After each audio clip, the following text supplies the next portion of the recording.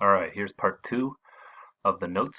We're gonna look at 11.6, and then I'm gonna choose some problems to go over, and hopefully it'll help. All right, so we're gonna look at surface area and volume of spheres. Okay, um, and so a sphere. Hopefully we know what a sphere is. It's basically like a ball, right? A sphere is a set of all points in space, right? That is equidistant from a given point. The given distance is called the radius, and the given point is the center, of course. Okay. And so if you take a baseball, right, and if you were to open it up and flatten it out, okay, it kind of looks like there are four circles, right? Um, and so what's the area of each of those circles is pi r squared, okay? And so when you put it back up, right, that's going to be 4 pi r squared. So the surface area for a sphere is 4 pi r squared, all right? So just a couple examples here. Hopefully these are pretty self-explanatory. Um, you know, so when they point to the middle like that, that's the diameter, and they also give you the diameter, right? And so you got to figure out the radius, okay? Sometimes it's a little bit roundabout, right? They tell you the circumference, so you can't figure out the surface area unless you know the radius value. So you got to figure out what that r value is, okay? So that's what you got to do first, given the circumference here. Hemisphere is half a sphere, so that's why we do times a half, okay?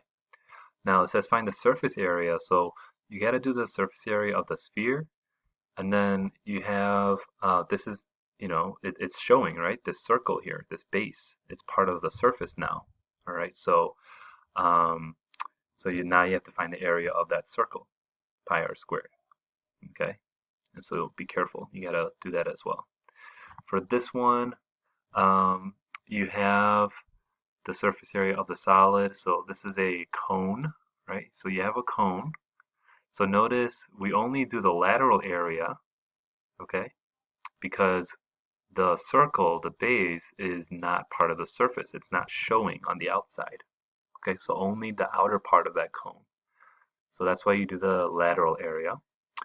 And then you got to do the surface area, the hemisphere, here. Okay.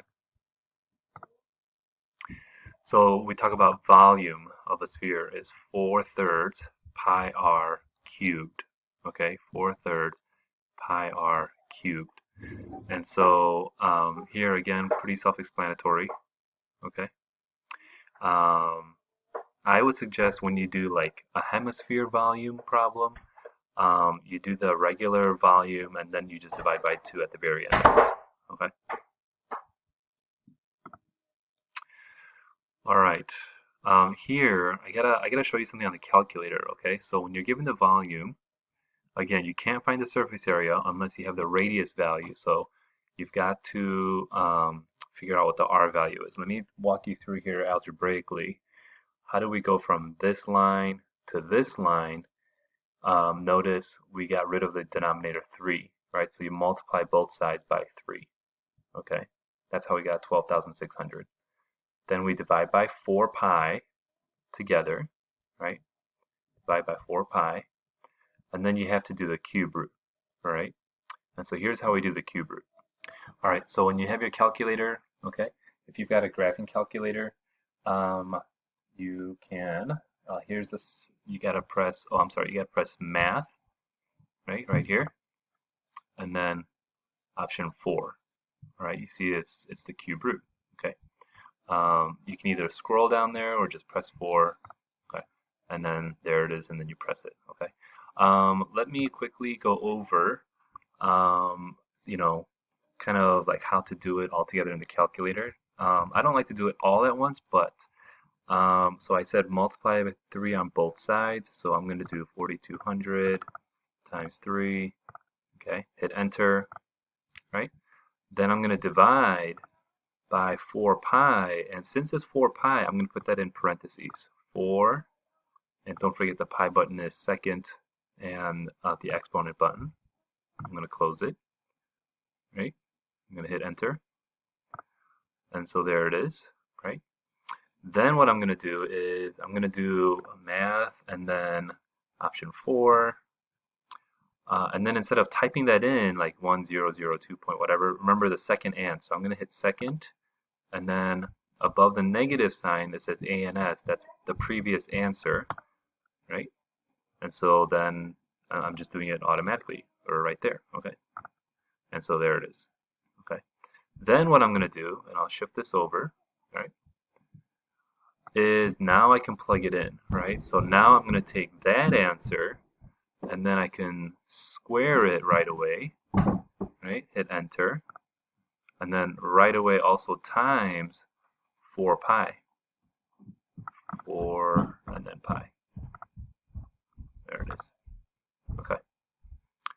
All right. So hopefully that helps.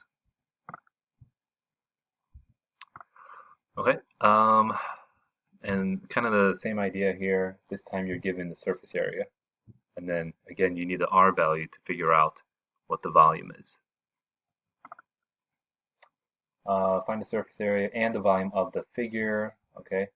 You have now, if you notice, right, if you get rid of the cylinder, the two hemispheres put together is just one sphere. So you can just find the volume of the sphere. You can find the volume of the cylinder, right? Capital B pi r squared, because the base is a circle, right? And then so you add those two together, and then the same thing for the surface area. Again, you just have a sphere, and you have the lateral area of the cylinder only, okay? Because the bases are not part of the surface. You probably won't see something like this on the quiz, okay? But it might be good just to go over this, all right? You have volume of a sphere, and it's also a hemisphere, so you got to divide by 2, okay? I think this might be a typo perhaps, okay? But the idea is you find the volume of the sphere, you got to divide by 2 because it's a hemisphere, and then how much of that hemisphere? Well, if you're cutting out 40 degrees in the center, think of it as kind of like you're taking out, you're cutting like a slice of a cake, right? And so 360 minus 40 degrees, that's part of the slice that's coming out. So you've got 8/9 left over, okay? 8/9 left over. Okay, so you got to multiply that to this answer here, all right? Okay, here are, so this is 11.6, day 2, I think. Okay, so I just wanted to highlight a couple things here. So, some of these problems are kind of long, all right? But, so when we find the surface area, right, you got to find, I think it's helpful to do it by the object, right? So find the lateral area of the trapezoid. So that means you got to find the area of these rectangles, okay? The area of the two trapezoids, okay? Because those are the bases, all right? And so when you put it all together, that's 152, okay? Then for the prism, you have the lateral area, the side, if you can kind of see where I'm highlighting, right? Side, and then the base would be this rectangle that's facing you, okay? That's why it's 2 times 3 times 5, because there's 2 of those, the front and then the back, right? But here's the thing. This right here, minus 2 times 5 times 6, that is, if you can kind of see where I'm outlining, right? That's the rectangle where the trapezoid prism and the rectangular prism are stuck together, right? And so we have to take away, quote unquote, 2 of those because it got included as the surface area of the trapezoid prism and the surface area of the rectangular prism, right? So you got to subtract there, okay? Same thing here. If you notice, so minus 2 times 5 times 8, right? The 2 times 5 times 8, that is this rectangle here, okay? That's laying in between the top and the bottom boxes, okay? All right. And then here, again, a lot of work here. Lateral area of cylinder and surface area of cylinder, and you have the cone. Okay. Um, Here you have the top of the circle. All right. Right here, 49 pi from pi r squared. Right. You have to subtract that because you're taking that out. All right. There's supposed to be a hole here.